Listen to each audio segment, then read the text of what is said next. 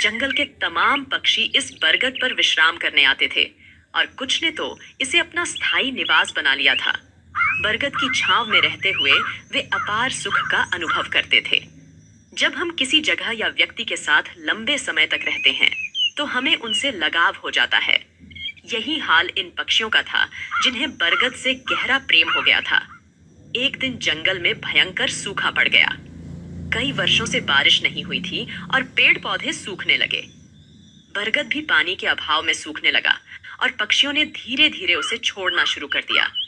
अंततः जब बरगद पूरी तरह सूख गया और उसकी शाखाएं टूटकर गिरने लगीं, तो वहां रहने वाले सभी पक्षी दूसरे स्थानों पर चले गए।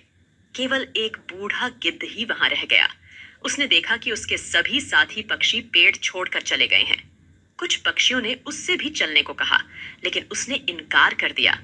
बूढ़े गिद्ध ने सोचा, मेरा जन्म इसी पेड़ पर हुआ है, मैं इसी पर बड़ा हुआ हूँ। इस पेड़ ने मुझे जीवन के सारे सुख दिए हैं। आज जब यह पेड़ संकट में है तो मैं इसे छोड़कर कैसे जा सकता हूँ। यह पेड़ मेरे लिए माता पिता जैसा है। मैं इस पेड़ को छोड़कर नहीं जाऊंगा, चाहे कुछ भी हो जाए। जो लोग अपने माता पिता को बुढ़ापे में छोड़ देते हैं वे बड़े स्वार्थी होते हैं। गिद्ध ने निश्चय किया कि वह मरते दम तक इस पेड़ का साथ नहीं छोड़ेगा।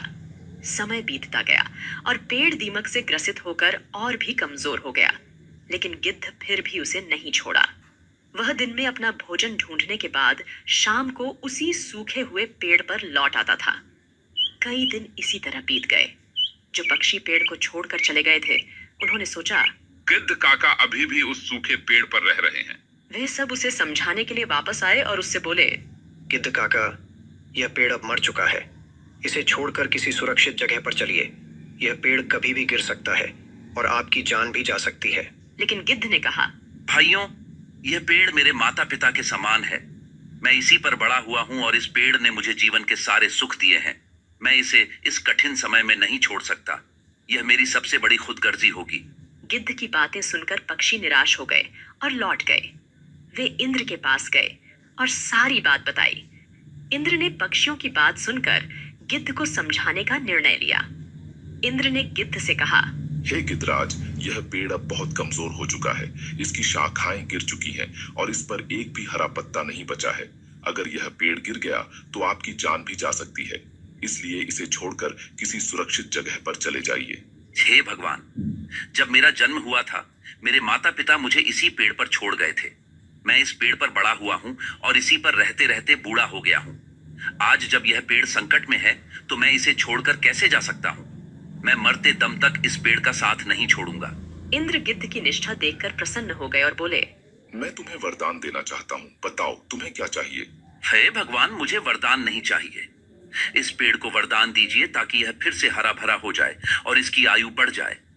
इससे हजारों पक्षियों का भला होगा। इंद्र ने गिद्ध की बात मान ली और पेड़ को फिर से हरा भरा बना दिया। पूरे जंगल में बारिश हो गई और जंगल के सभी पेड़ पौधे फिर से हरे भरे हो गए। जो जीव जंतु जंगल छोड़कर चले गए थे वे फिर से लौट आए। सभी पक्षी बरगद पर आकर चहचहाने लगे और गिद्ध काका की सेवा करने लगे। इस प्रकार गिद्ध ने अपने जीवन के आखिरी दिन सुखपूर्वक बिताए। हमें भी इस कहानी से यह सीख मिलती है कि हमें अपने अपनों का बुरे वक्त में कभी साथ नहीं छोड़ना चाहिए, विशेषकर अपने माता पिता का। वे हमारे जीवन दाता हैं और हमें पालने पोसने में उन्होंने जो कठिनाइयां सही हैं, उनका बुढ़ापे में सहारा बनना हमारा कर्तव्य है। बहुत समय पहले की बात है। समुद्र के किनारे एक छोटी सी गौरैया अपने